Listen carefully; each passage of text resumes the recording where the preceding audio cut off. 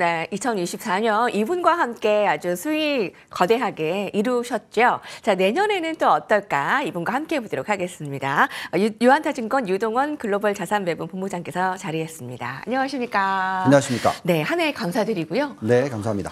내년에도 잘 부탁드립니다. 네, 열심히 하겠습니다. 지금 그 미국 증시는 좀 한산한 이유가 이제 기관 투자자들이 많이 이제 휴가를 떠나고 이제 소액 투자자들을 움직인다라고 하는데 그래도 뭐 산타랠리가 뭐 순항하고 있다라고 보면 될까요? 어떻게 보십니까? 네, 아무래도 거래량이 많이 축소가 되어 있는 상황이죠. 미국에 있는 제 친구들은 다 여행 갔더라고요. 네, 거의 투자를 잘 안 하는 것 같습니다. 지금 현재 시점에서는.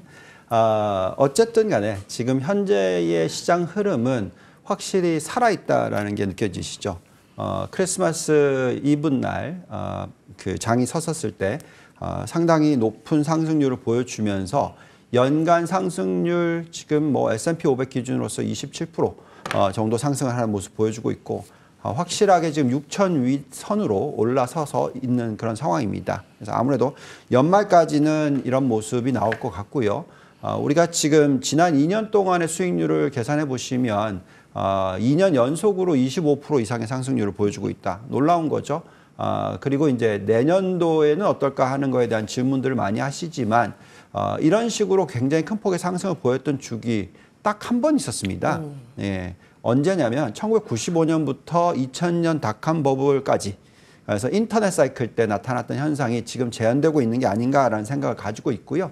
그래서 그렇다면 또다시 2025년도 S&P 500 기준으로서 20% 이상 상승을 하는 장이 나오지 않을까라는 기대를 좀 가져보고 있습니다. 네, 여기서 이제 조금 걱정스러운 부분은 아무래도 이제 금리의 움직임이겠죠.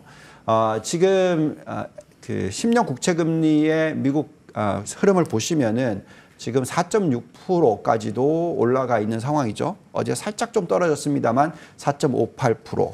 그래서 이걸 가지고 적절한 가치에 대해서 분석을 좀 해보면요. 아무래도 금리가 5% 이상까지 올라간다라는 가정이 들어가 버리면 이 지수가 적절한 가치가 5,500 이하로 떨어집니다. 그래서 이런 모습이 나오면은 불안할 거라고 생각을 하고 있고요. 하지만 지금처럼 한 4.5% 정도 수준이면 6천 이상에서 올해를 마무리할 거다 이렇게 지금 생각을 하고 있고요. 사실 뭐 더 중요한 부분은 아무래도 이제 내년이고 내년 관련해서 적절한 가치를 우리가 잔존 가치 모델이라는 걸 가지고 돌려보는데요. 지금 2024년보다 2025년을 좀 올려주시면 지금 적절한 가치를 보시면 5%의 금리로 올라간다 하더라도 6,500 수준까지는 올라갈 수 있다. 그러니까 지금 지수 대비해서 10% 정도 상승할 수 있다 정도이고요. 그렇지만 더 중요한 것은 만약에 금리가 좀 하향 안정화된다. 그래서 4.0% 정도까지 떨어져 준다라고 생각한다면 7,300포인트까지도 나올 수 있습니다. 그래서 결국은 이 펀더멘탈적인 부분이 금리에 민감하다라는 것을 좀 이해를 하시고 이렇게 보셔야 될 것 같고요. 또 보시면은 지금 자금의 흐름 자체가 여전히 IT 위주의 자금 흐름이 나타나고 있어요. 네. 그렇다라는 것은 그만큼 펀더멘탈적으로도 보면은 지금 AI 사이클이 살아있는 것이고 이것이 과거에 말씀드렸던 95년부터 2000년 사이클이었던 인터넷 사이클의 재현으로 나타난다라고 보시면 되겠고 그래서 그때도 그랬지만 지금도 IT 관련 쪽의 상승률이 계속해서 이어질 수 있을 가능성에 대해서 우리는 열어두고 시장을 들여다봐야 되겠고요.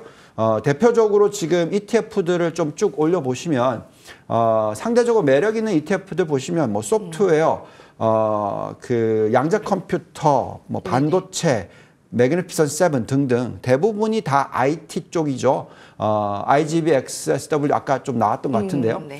이런 식으로 지금 상대적인 매력도가 성장주, 특히 AI 관련주에 초점이 있다라고 말씀을 드릴 수 있을 것 같습니다. 네, 여전히 AI 관련 그 성장주와 양자 컴퓨팅 이제 관련해서 ETF가 각광을 받고 있군요. 저 앞서 살펴본 것과 좀 겹치는 부분들이 여러분들께서 더 눈여겨보실 필요가 있어 보입니다. 문제는 10년물 국채금리 4.5%에서 조금만 더 올라가도 S&P 500 지수와 코스피는 좀 흔들릴 수 있다는 것을 좀 염두에 두고 보셔야 되겠고요.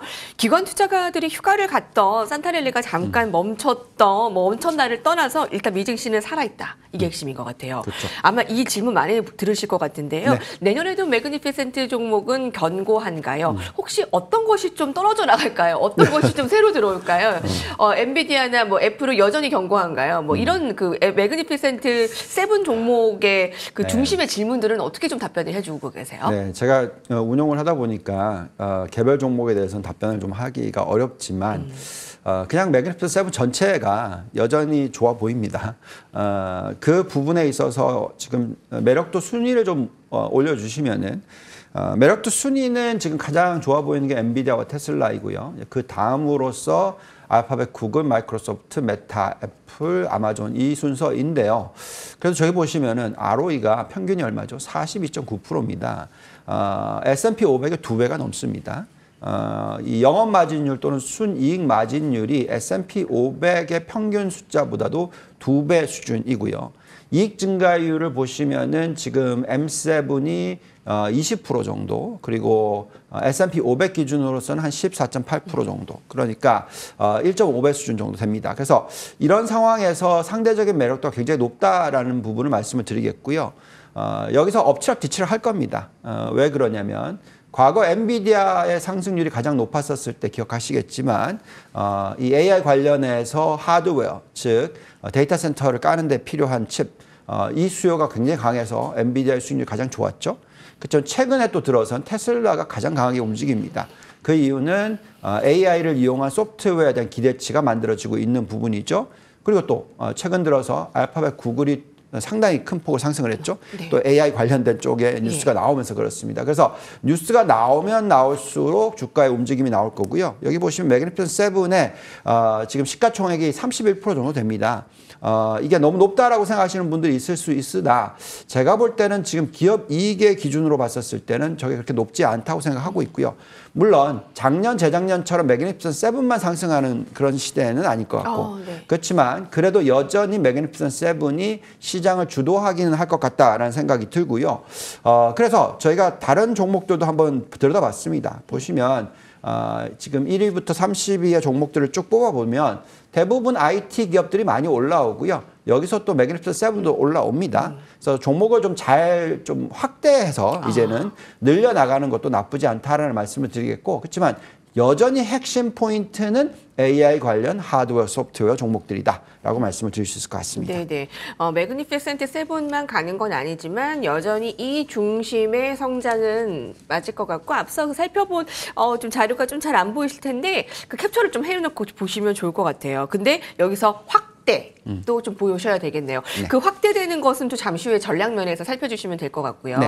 또 다른 궁금증이 러셀 2000이 좋다고 해서 나는 트럼프 대선 전후로 해서 좀 가지고 있다. 그런데 영 힘을 못 쓴다라는 부분입니다. 내년에는 어떨까요? 네, 작년 말부터 시작해서 올해 연간 내내 러셀 2000에 대해서 추천들을 좀 많이 하셨습니다.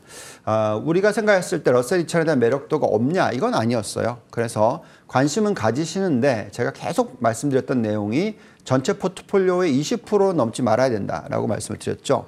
그러니까 중소형주에 대한 투자 비중이 너무 높으면은 상대적인 수익률이 떨어질 수 있다. 이런 부분을 말씀을 드렸고요. 올해도 보시면 S&P 500이 25% 이상 상승을 했지만 지금 중소형주 러셀 2000은 연초 대비해서 10% 정도 상승을 했습니다. 그러니까 상대적인 퍼포먼스가 그렇게 높지 않죠. 결국 이 부분은 금리와 연관성이 있습니다. 지금 보시면 2025년에도 기준금리 인하 부분에 있어서 아무리 많이 해봐야 2차례, 지금 이제는 거의 한 차례만 인하한다 이거지 않습니까? 그러면 금리가 높으면 높을수록 중소형주는 수익이 나기가 어렵습니다. 그만큼 부채 비율이 높기 때문이라고 말씀을 드리겠고요. 지금 이 국가적인 상대적인 매력도를 점검해 보더라도 미국 쪽에서 매력이 있는 쪽이 나타나는 것은 여전히 나스닥 100과 나스닥입니다. 그래서 우리가 생각할 때는 지금은 여전히 나스닥이나 나스닥 100에 초점을 맞추는 시대이지 아직까지 러셀 2000에 대한 관심을 가지는 시기는 아니다 생각합니다. 하지만 한 가지 생각해 볼 필요는 있는 부분이 뭐냐면 하반기가 되면 네. 전체적인 경제 성장률이 지금 확대가 되고 있는 건 사실이지 않습니까? 경제 성장률이 지금 미국이 내년도에 2.5% 수준이 나온다라고 생각한다면 중소형주들의 매력도들도 하반기가 되면 살아날 수가 있습니다. 그리고 여기서 또 금리를 조금만 더 내려준다면, 즉 4%대로 내려준다면 어떤 매력도가 생길 수도 있다는 거죠. 하지만 여전히 지금 현재의 펀디멘탈을 좀 보시죠. 러셀 2000의 매력도에 대해서 저희가 밸류에이션을 구해보면은 지금 PER이 26배인 것이 별 차이가 없습니다. 별 차이가 없다라는 게 S&P 500이랑 별 차이가 없다는 말씀을 드리는 것이고요. 저희가 이걸 가지고 잔존가치 모델상의 적정가치를 구해보면은 지금 러셀 2000의 매력도는 마이너스다. 예, 그 정도까지 상대적인 매력도는 좀 저조하다라고 말씀을 드리겠고, 물론 금리가 떨어져 주면 저게 달라집니다. 가장 금리 민감한 업종이 또는 지수가 러셀 2000이기 때문에, 그래서 네. 금리가 만약에 4% 미만으로 떨어져 준다 그러면 저 마이너스 4%가 뭐 플러스 10몇 프로로 바뀌겠죠. 그러면서 하반기에는 좀 탄력을 받을 수 있을 가능성도 있습니다만, 여전히 지금은 그래도 IT 대형주와 중형주 정도 이런 쪽에 초점을 맞추시는 게 맞지 않을까라는 생각이 듭니다. 예. 내년에 그 기준금리, 미국의 기준금리 그 인하의 그 폭이 좀 예상보다 줄어들었잖아요. 그러니까 기준금리 인하 속도와 폭을 봤을 때 러셀 2000이 갈 힘이 그렇게 많지는 않네요. 내년 좀 중후반 정도에나 조금 더 달라질 수 있지 않을까 싶습니다.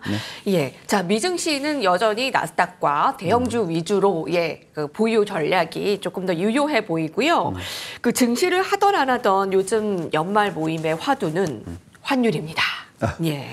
네. 강달러에 이제 국내 정치적 그 이슈에 뭐 1,500원까지 가나라는 그 질문에 대해서 1,500원이 뭐야? 뭐 1,600원도 생각해야 되는데 라는 그 긴장감이라고 해야 될까요? 이제 공포감까지 있는 상황인데, 일단 금융 위기 이후로 처음으로 1,460원대까지 올라갔습니다. 네. 제가 여기 나와서 공포감을 조장할 수는 없고요. 네.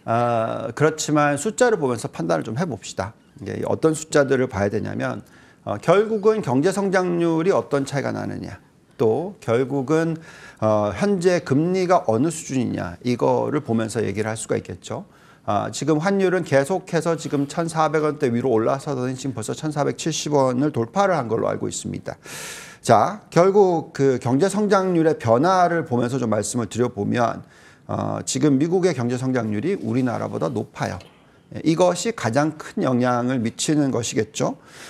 지금 미국의 GDP 성장률 또 내년에도 상당히 높아 보입니다. 2.5% 이상이 나올 것 같아요. 그런데 지금 GDP 나우 한번 좀 올려주시면 사실 4, 4분기는 지금 3.1%나 나오고 있습니다. 그래서 상당히 놀랍죠. 그리고 참 부럽습니다. 이 정도의 성장률이 나오는 이유가 왜 그런지를 잘 생각해 보시면, 고용시장도 있고 인구의 증가도 있지만 가장 중요한 포인트는, 핵심 포인트는 생산성의 상승이다. 그래서 지금 이 AI 사이클이 들어오면서 가장 수혜를 받고 있는 국가가 미국이다라는 말씀을 해드리겠고요. 그렇다면 지금 한국의 상대적인 GDP 성장률은 어떠냐? 한번 보시면 지금 2%대로 줄고 있다. 그리고 내년에는 지금 얼마까지 떨어뜨렸죠? 1.9%까지 지금 떨어뜨리고 있는 걸로 알고 있습니다. 그래서 2% 미만이라는 것이고, 네. 자, 이렇다면 이제 상대적인 이제 걱정이 결국 금리가 지금 너무 낮게 되어 있기 때문에 이런 부분을 놓고 봤을 때 환율이 절상되기는 상당히 어렵지 않을까라는 생각이 들고요. 지금 올라와 있는 저 테이블은 뭐냐면, 더 걱정스러운 부분이 이 AI 사이클에 있어서의 컴퓨테이션 능력, 그러니까 연산 속도를 보는 건데요. 지금 미국이 55%이고 일본이 8%인 반면 중국이 3%, 우리나라 2%입니다. 이 부분이 AI 사이클을 제대로 못 쫓아가고 있다라는 생각이 들어요. 이런 가운데서 지금 금리의 격차가 뭐 다 아시겠지만 미국은 4.5%고 떨어뜨려봐야 4%고 한국은 지금 3%니까 글쎄요, 환율이 그렇게 쉽게 절상이 될까요? 어렵지 않을까라는 생각이 들고, 네. 얼마까지 올라갈지는 답을 드리긴 좀 어려울 것 같고요. 네. 경제 성장률 미국 참 부럽습니다. 거기에 이제 국내 정치적 불확실성까지. 그 마지막 전략 면에서 좀 변한 게 있을까요? 네, 변한 건 없고요. 네. 네, 계속 말씀을 드리지만 이번 사이클에 대해서 좀 템포를 길게 가져가시기를 바랍니다. 아까 처음에 말씀드렸듯이 95년부터 2000년 사이클이라고 했죠. 그렇다면 지금 2023, 2024년이니까 2년 됐고, 앞으로 3년, 4년, 5년 갈 수도 있다라는 겁니다. 그래서 여전히 지금 주식에 대한 초점을 맞추시라는 전략을 계속 말씀을 드리고 있고요.